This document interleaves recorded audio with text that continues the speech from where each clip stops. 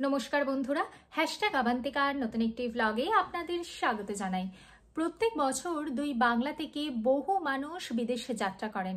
কেউ যান উচ্চশিক্ষার জন্য, কেউ বা যান কর্মসূত্রে, কেউ বা ভ্রমণ পারপাসে বিদেশে যাত্রা করেন বা বিদেশে গিয়ে স্থায়ীভাবে বসবাস লাভ করার চেষ্টা করেন।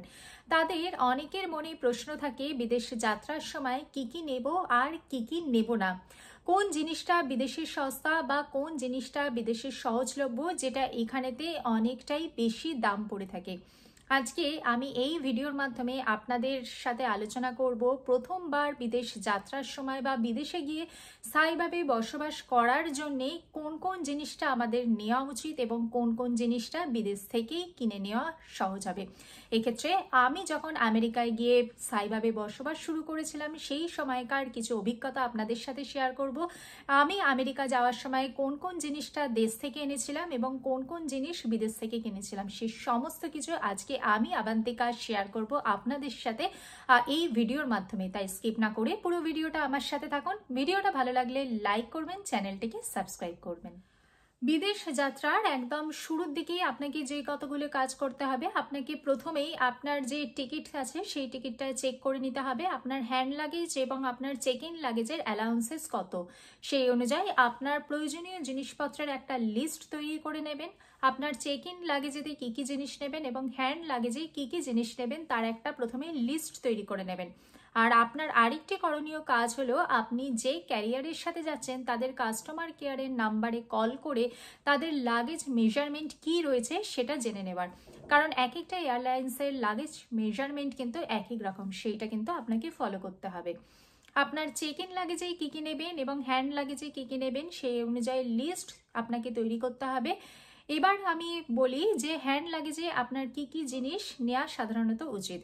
হ্যান্ড লাগেজে আপনার প্রয়োজনীয় সমস্ত জিনিসপত্র, যেরকম আপনার পাসপোর্ট, ভিসা বা আপনার প্রয়োজনীয় সমস্ত ডকুমেন্টস, সমস্ত কিছু আপনাকে হ্যান্ড লাগেজে নিতে হবে। আপনার ল্যাপটপ, পাওয়ার ব্যাংক, চার্জার, এগুলো হ্যান্ড লাগেজে নিতে হবে। এর পাশাপাশি আপনার যদি কোনো লিকুইড মানি ক্যারি করার থাকে সেটা হ্যান্ড লাগেজে নেবেন। যদি কোনো জুয়েলারি আইটেম ক্যারি করার থাকে সেটা কিন্তু ক্যাশ মেমো সমেত আপনার কিন্তু হ্যান্ড লাগেজে নিতে হবে। আর আপনার তার সাথে যা প্রয়োজনীয় সমস্ত ডকুমেন্টস তো আপনি হ্যান্ড লাগেজে নিচ্ছেনই। আর চেষ্টা করবেন একটা সেট ড্রেস আপনার হ্যান্ড লাগেজে নেওয়ার জন্য, এবং যদি কোনো শীতের দেশে যান তাহলে একটা উইন্টার গার্মেন্টস অ্যাটলিস্ট কিন্তু আপনার হ্যান্ড লাগেজে নিয়ে নেওয়ার জন্য।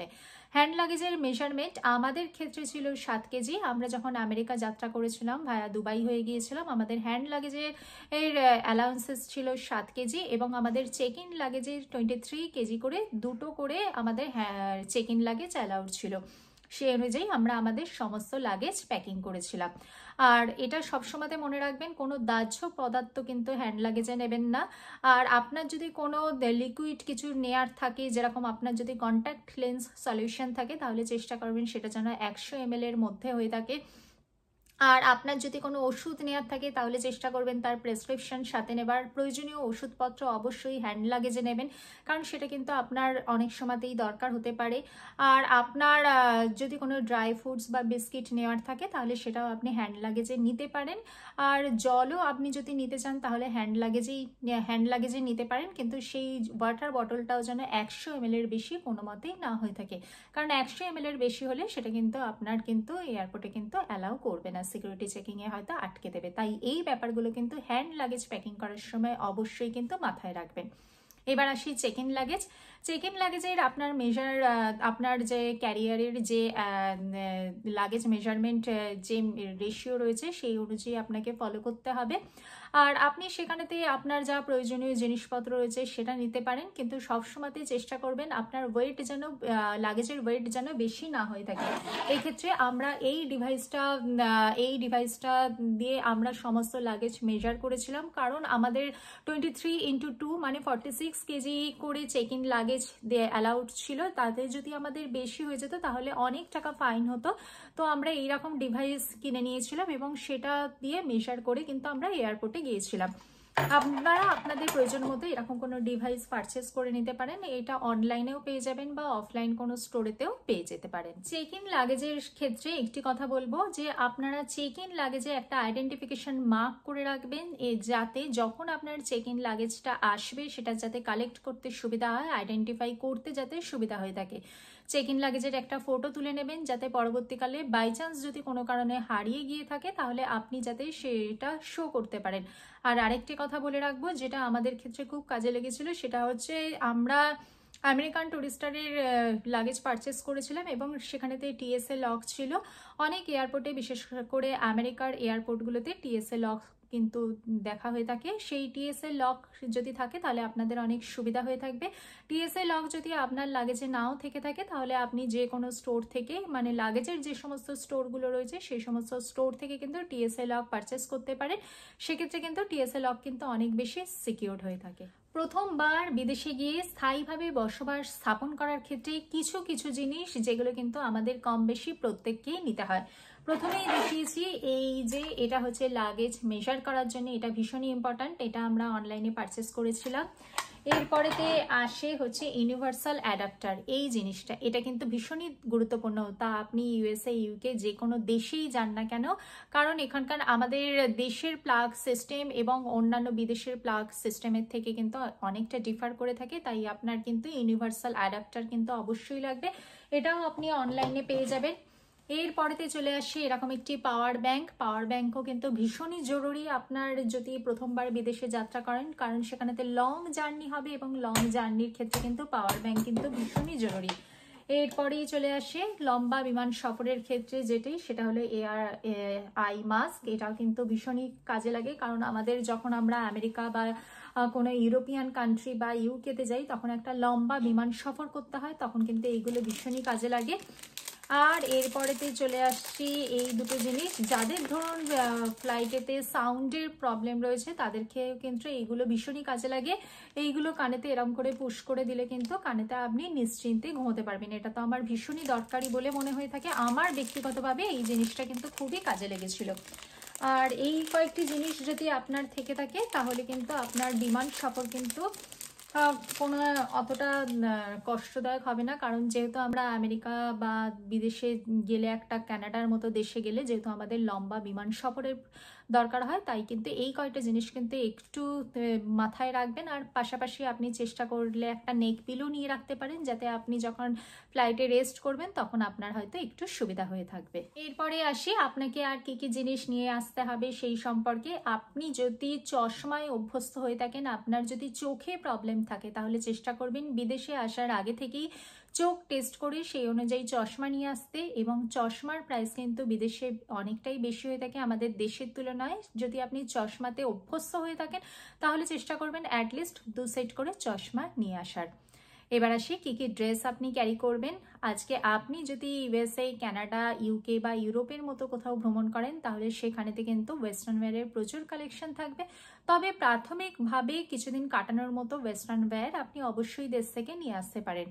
দেশ থেকে যেটা অবশ্যই আনবেন সেটা হলো এথনিক ওয়্যার। আপনি বিদেশে যে কোনো আপনি ফেস্টিভ্যালে যান সেখানেতে কিন্তু এথনিক ওয়্যার কিন্তু আপনার অনেকটাই কাজে লাগবে। সেক্ষেত্রে যদি মহিলারা শাড়ি, সালোয়ার এগুলো ক্যারি করবেন এবং পুরুষরা পাঞ্জাবি নিয়ে আসবেন। আর তার সাথে সেইগুলোর সাথে পরার জন্য মানানসই জুতো কিন্তু অবশ্যই নিয়ে আসবেন। তার সাথে আরও আপনি জাং জুয়েলারি নিয়ে আসতে পারেন, তবে গোল্ড প্রাথমিক অবস্থায় গোল্ডটা অ্যাভয়েড করাই ভালো, কারণ আপনি কোথায় গিয়ে থাকবেন বা আপনার সেখানে সিকিউরিটি কেমন সেই ব্যাপারে তো প্রাথমিক অবস্থায় আমাদের আইডিয়া থাকে না।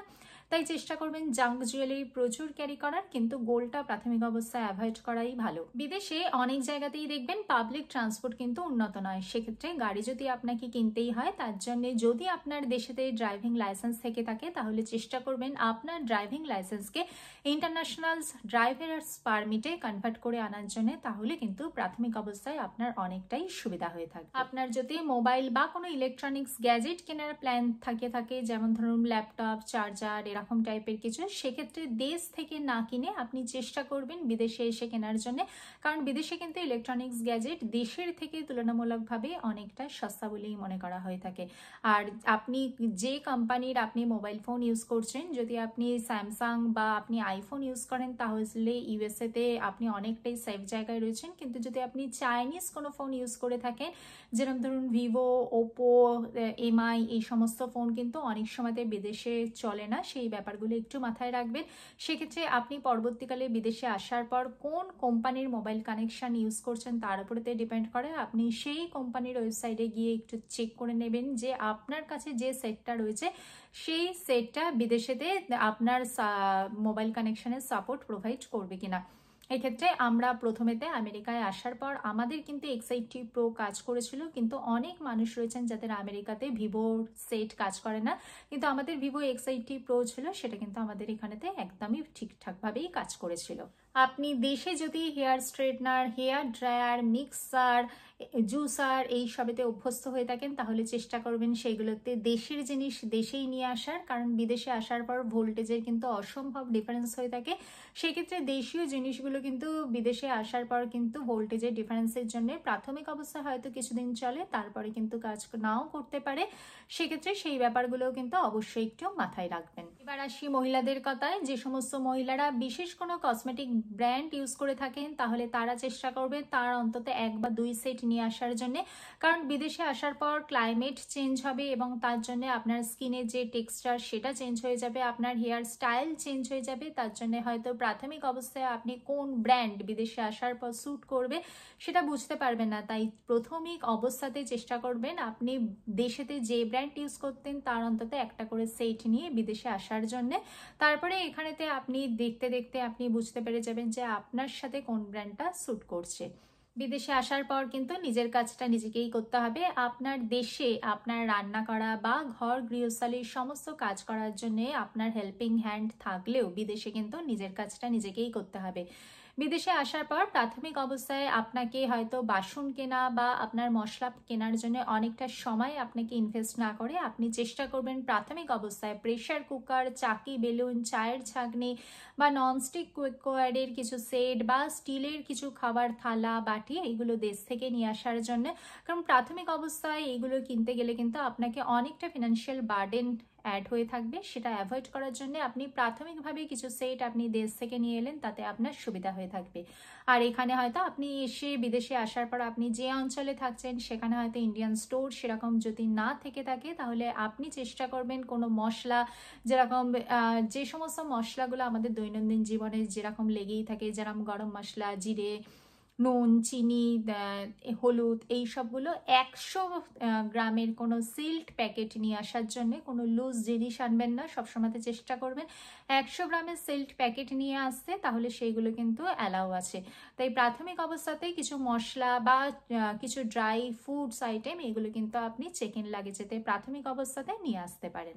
বিদেশে আসার পর দেখবেন এখানকার ওয়াশরুমেতে বাথটাব আর ওয়াশ বেসিন রয়েছে, সেক্ষেত্রে আপনি যদি টিস্যু পেপারে অভ্যস্ত না হতে পারেন তাহলে আপনার প্রয়োজনীয় জিনিসপত্র আপনাকেই নিয়ে আসতে হবে। সেক্ষেত্রে আপনি মগটা আপনি দেশ থেকে নিয়ে আসতে পারেন। এছাড়াও বিদেশে যে কয়েকটি জিনিস নিয়ে আসার জন্য আমি পার্সোনালি রেকমেন্ড করব সেটি হলো 2 সেট পিলো কভার এবং 1 সেট করে আপনার বেডশিট নিয়ে আসবেন। আপনার যদি ঠাকুর নেওয়া আসার ইচ্ছা হয় তাহলে সেগুলো চেষ্টা করবেন দেশ থেকে নিয়ে আসার, বা ঠাকুরের প্রয়োজনীয় বাসনপত্র বা জিনিসপত্র সবকিছু দেশ থেকে নিয়ে আসারই চেষ্টা করবেন। এরপর আসি, আপনি যদি স্পোর্টস শু পরতে অভ্যস্ত হয়ে থাকেন তাহলে সেটা দেশ থেকে আনার কোনো দরকার নেই, সেটা আপনি বিদেশ থেকে যথেষ্ট পরিমাণে পেয়ে যাবেন এবং তার প্রাইসও কিন্তু দেশের সাথে তুলনা করলে অনেকটাই কম পেয়ে যাবেন, কারণ বিদেশেতে প্রচুর ব্র্যান্ডস অ্যাভেলেবেল রয়েছে এবং এইখানেতে কিন্তু স্পেশাল দিনে কিন্তু প্রচুর ডিসকাউন্টও দেওয়া হয়ে থাকে। আপনি সেই সব দিনে যদি কোনো স্পোর্টস শু পারচেস করে থাকেন তাহলে কিন্তু আপনি দেশের তুলনায় অনেকটা সস্তায় পেয়ে যাবেন। তবে যেটা নিয়ে আসবেন সেটা হলো এথনিক ওয়্যার, এবং এথনিক যদি কোনো চপ্পল নিয়ে আসা হয়ে থাকে তাহলে আপনি কিন্তু সেগুলো অবশ্যই দেশ থেকে ক্যারি করে আনবেন। এখন পৃথিবীর সমস্ত জায়গাতে প্রায় কিন্তু সমস্তই পাওয়া গিয়ে থাকে, কিন্তু সমস্ত কিছুই কিন্তু আমাদের দেশ থেকে ইম্পোর্ট করা হয়ে থাকে, তাই তার প্রাইসটাও অত্যাধিক বেশি হয়ে থাকে। তাই প্রাথমিক অবস্থায় যখন আমরা দেশ থেকে বিদেশে যাই থাকার জন্য এবং সেখানেতে সেটেল করার জন্য, তাই আমাদের দরকার কিছু জিনিস দেশ থেকে নিয়ে আসার জন্য, কারণ প্রাথমিক অবস্থায় গিয়ে আমাদেরকে বিদেশে গিয়ে যথেষ্ট স্ট্রাগল করতে হয়, সেখানে আমাদেরকে একধারে ফিনান্সিয়াল স্ট্রাগল করতে হয়, পাশাপাশি বিদেশে গিয়ে প্রাথমিকভাবে আমাদের কিন্তু জীবন কিন্তু ভীষণই সংগ্রাম করতে হয়ে থাকে। তাই তা থেকে বাঁচার জন্যে আমি সাজেস্ট করব বিশেষ বিশেষ কিছু জিনিস যেগুলো আপনারা দেশ থেকে নিয়ে আসুন, এবং পরবর্তীকালে অবশ্যই আপনারা বিদেশে আসার পর সমস্ত জিনিসই পাবেন। আমরাও যখন প্রথম দেশ থেকে আসি আমরাও এইরকম অনেক কিছু জিনিস আমরা দেশ থেকে এনেছিলাম, কিন্তু বর্তমানে আমেরিকাতে সমস্ত জিনিসই অ্যাভেলেবেল। কোথায় কোন জিনিসটা পাওয়া যায়, কোথায় কোন জিনিসটা আমেরিকার সস্তায় পাওয়া যায়, এখন কিন্তু অনেকটাই আইডিয়া হয়ে গেছে, এবং এখন আমরা তো সমস্ত কিছুই আমরা এখান থেকেই কিনি। কিন্তু প্রাথমিক অবস্থায় যখন আমরা প্রথম দেশ থেকে আসি তখন আমরা অনেক কিছু জিনিস কিন্তু দেশ থেকে এনেছিলাম।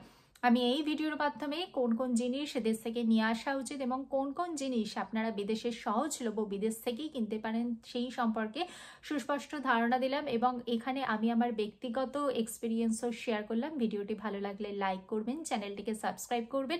দেখা হচ্ছে পরবর্তী ভিডিওতে। ভালো থাকবেন, সুস্থ থাকবেন। নমস্কার।